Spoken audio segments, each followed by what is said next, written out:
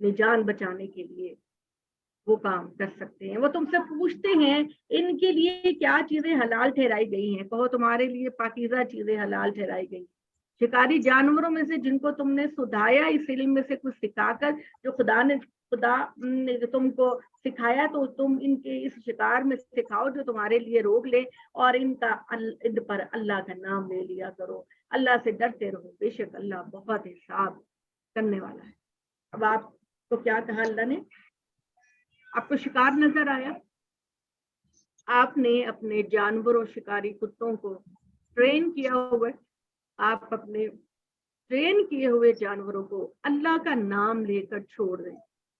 تمہارے وہ ٹرین جانور جب وہ شکار پکڑ کر لائیں تو ان کو لے کر ان کو ذبح کر کے کھا سکتے ہو, یہ بھی حلال ہے. ٹھیک ہے, اپنے شکاری جانور وہ اللہ کا پالتو نام. جانور ہاں جی, نہیں پالتو جانور نہیں, یہاں پالتو نہیں, جو جانور پکڑ کے لائیں جو آپ کا نام ہے کہ جن کو آپ شکار گاہ میں شکار کرتے ہیں, تو ان کو آپ اپنے کتوں کے ذریعے یا اپنے ٹرینڈ جانوروں کے ذریعے ان کو پکڑے, اور پھر جی جب وہ تمہارے پاس لے کر آئے تو اللہ اکبر پڑھ کر ان کو ذبح کر دو. تمہارے جی لیے پاکیزہ چیزیں حلال کی گئی ہیں, اور اہل کتاب کا کھانا بھی تمہارے لیے حلال ہے, اور تمہارا کھانا ان کے لیے حلال ہے, بشرط یہ کہ وہ بھی اللہ کا نام لے کے ذبح کریں. شریف عورتیں مسلمان عورتوں میں سے اور شریف عورتیں اہل کتاب میں سے جن کو تم سے پہلے کتاب ملی تمہارے لیے حلال ہیں, بشرط یہ کہ ان کو نکاح ملا کر ان کے مہر ادا کرو, نہ کہ بدکاری کرتے ہوئے اور آشنائی گانٹتے ہوئے. اور جو ایمان کے ساتھ کفر کرے گا اس کا عمل ڈھہ جائے گا اور وہ آخرت میں نامراد ہوگا. یعنی اللہ تعالیٰ نے کہا کہ چونکہ کرسچنز اور جوز کے اوپر بھی اسی طرح حلال کھانا جائز ہے, اللہ کا نام لینا جائز ہے, تو اگر وہ بھی اسی طرح کا ذبیحہ کھاتے ہیں تو پھر تم ان کا کھانا بھی کھا سکتے ہو, اور ان کی وہ عورتیں جو شریف عورتیں ہیں جو دین کی طرف توجہ کرنے والی ہیں ان کے ساتھ نکاح بھی کر سکتے ہو. اور دوسری بات یہ کہ اگر تمہیں کوئی عورت پسند ہے تو اس کو قید نکاح میں لاؤ, اس کا مہر ادا کرو, اور پھر اس سے اپنا تعلق مضبوط کرو. اے ایمان والو, جب تم نماز کے لیے اٹھو تو اپنے منہ اپنے ہاتھ کونیوں تک دھو لیا کرو, اپنے سروں کا مسح کرو اور اپنے پاؤں ٹخنوں تک دھویا کرو. اگر حالت جناب میں ہو تو غسل کرو, اور اگر تم مریض ہو یا سفر میں ہو یا تم میں سے کوئی جائز ضرورت سے آیا ہو یا عورتوں سے ملاقات کی ہو, پھر پانی نہ پاؤ تو پاک جگہ دیکھ کر اپنے چہروں اور اپنے ہاتھوں پر اس سے مسح کر لو. اللہ نہیں چاہتا کہ تم پر کوئی تنگی ڈالے, بلکہ وہ چاہتا ہے کہ تمہیں پاک کرے اور تم پر اپنی نعمت کو تمام کرے تاکہ تم اس کے شکر گزار بندے بنو. یعنی اس پروردگار کی رحمت ہے, ورنہ وہ کہتا جاؤ جہاں سے مرضی پانی ڈھونڈ کے لاؤ. نے کہا کہ پانی ہے تو نماز کے لیے کھڑے ہو جاؤ, چہرے کو دھو, ہاتھ پاؤں کو دھو, اور اپنے پاؤں کو دھو اور ٹخنوں تک, اور اگر جنبی ہو تو نہا لو.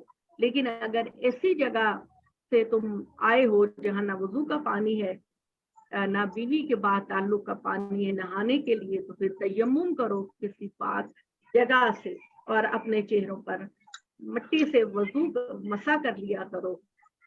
اللہ تمہارے لیے رحمتیں چاہتا ہے, تمہارے لیے مشکلات نہیں چاہتا,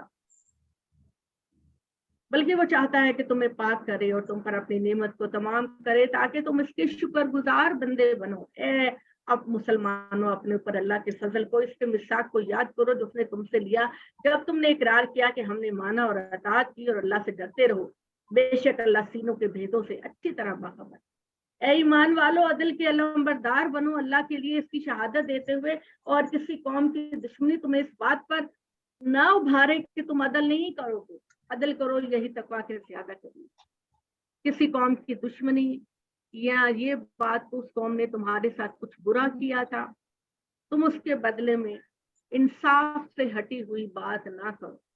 ایک انسان کی سیرت اور کردار اسی بات سے چمکتا ہے کہ آپ سچ بولیں, آپ عدل کی بات کریں, آپ شائستہ اور مہذب رہیں. آپ کسی قوم کے آپ کے دل میں کوئی گلہ شکوہ ہونے کا یہ مطلب نہیں کہ تم سچی بات کو اس کے خلاف ڈالو، سچی بی فیئر، سچ بولو، ایمانداری کا مظاہرہ کرو، حق کی بات کہو۔ اللہ تعالیٰ نے کہا اور وہ اے ایمان والو اپنے اوپر اللہ کے فضل کو یاد کرو، جب قوم نے ارادہ کیا کہ تم پر دست درازی کرے تو اللہ نے ان کے ہاتھ روک لیے۔ اللہ سے ڈرتے رہو، اللہ ہی پر چاہیے کہ اہل ایمان بھروسہ کرے۔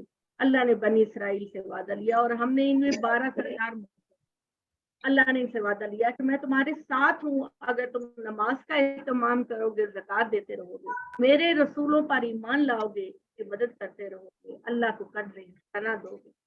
قرض حسنہ کا مطلب کیا ہے؟ آپ چیریٹی کر، اللہ کے بندوں کو دیں۔ میں تو آج کل بہت رشک سے دیکھتی ہوں کہ کراچی کے اندر وہ جے ڈی سی جو ہے، انہوں نے بتایا کہ ہمارا ایسٹیمیٹ تھا کہ ایسے لوگ ہوں گے جو کھانا افورڈ نہیں کر سکتے، کوئی 15-20 ہزار ہوں گے غریب بستیوں میں۔ تو وہ بندہ کہہ رہا تھا کہ 5 لاکھ لوگ، 5 لاکھ لوگ ہیں ایسے کراچی کے اندر جن کے بچے بغیر کھانا کھائے روزہ رکھتے اور غذائی ضرورت۔ تو اللہ میاں نے بڑا دل بھی دیا ہے اور بہت بڑی نیکی ہے ان کراچی والوں کی، اور ہر صوبے کے اندر ہر جگہ پر اللہ کے ایسے نیک بندے پائے جاتے ہیں۔ تو اللہ کو قرض حسنہ، جو آپ چیریٹی کرتی ہیں وہ اللہ کو قرض دینا ہے۔ جو بھی آپ، اللہ نے کہا فی اموالہم حق للسائل والمحروم، ان کے مالوں میں مانگنے والوں اور محتاجوں کا حصہ ہوتا ہے۔ تو اللہ تعالیٰ نے کہا کہ تم اپنے کھانے میں سے، دیکھیں ہمارے پیغمبر کی شان کیا پاکستان میں مسلمانوں کی شان ہے۔